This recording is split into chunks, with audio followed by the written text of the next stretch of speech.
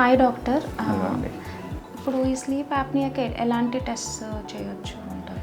Sleep యాప్నియాకి మనం బేసిక్గా patient ఇటువంటి హిస్టరీతో ప్రజెంట్ అవుతున్నారు అంటే ఈఎన్టీ సర్జన్ దగ్గరికి వస్తే మనం వాళ్ళకి ఒక నేజల్ ఎండోస్కోపీ అంటే awake fibre optic nasal endoscopy అని ఒక చిన్న స్కోప్ ముక్కు ద్వారా పంపించి ముక్కు దూలం ఏమైనా వంకర ఉందా, ముక్కులో ఏమైనా ఎక్కువ మాంసం ఉందా, ముక్కు వెనకల అడినాయిడ్ ఏమైనా పెద్దగా ఉందా, మనం స్కోప్ పాస్ చేసినప్పుడు చిన్ననాలిక ఎలా బిహేవ్ చేస్తుంది, టాన్సిల్స్ ఎంత పెద్దగా ఉన్నాయి, వాళ్ళ ధ్వనిపేటిక ఎలా ఉంది, నాలుక వెనుక భాగం బేస్ ఆఫ్ టంగ్ అంటాం అది ఎంత పెద్దగా ఉంది, ఎలా బిహేవ్ చేస్తుంది, ఇవన్నీ మనము అవేక్ ఫైబర్ ఆప్టిక్ ఎండోస్కోపీ అంటాము. ఇది చేసి చూడటం జరుగుతుంది.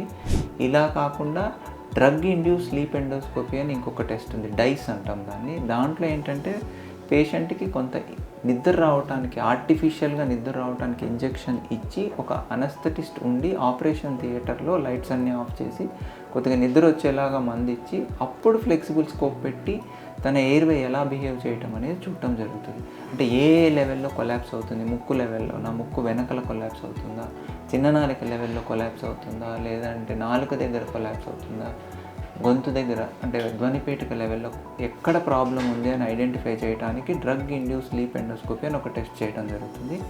ఇవి కాకుండా పాలీసోమ్నోగ్రఫీ అంటే స్లీప్ స్టడీ అంటాము. దీంట్లోకి మళ్ళీ కొన్ని లెవెల్స్ ఉంటాయి. అది ల్యాబ్లో అయినా చేయొచ్చు, హోమ్ స్లీప్ స్టడీ అయినా చేయొచ్చు. ఇందులో ఏంటంటే మనకి ఎన్నిసార్లు గంటకు ఊపిరి ఆగిపోతుంది అనేది మిషన్ మనకి చెప్తుంది. యాప్నియా హైపాప్నియా ఇండెక్స్ అంటాం. సో ఎన్నిసార్లు గంటకి తినికి ఊపిరి ఆగిపోతుంది, ఊపిరి ఆగిపోయినప్పుడు శాచురేషన్ ఎంత డౌన్ అవుతుంది, లోయెస్ట్ శాచురేషన్కి ఎంత వెళ్తుంది.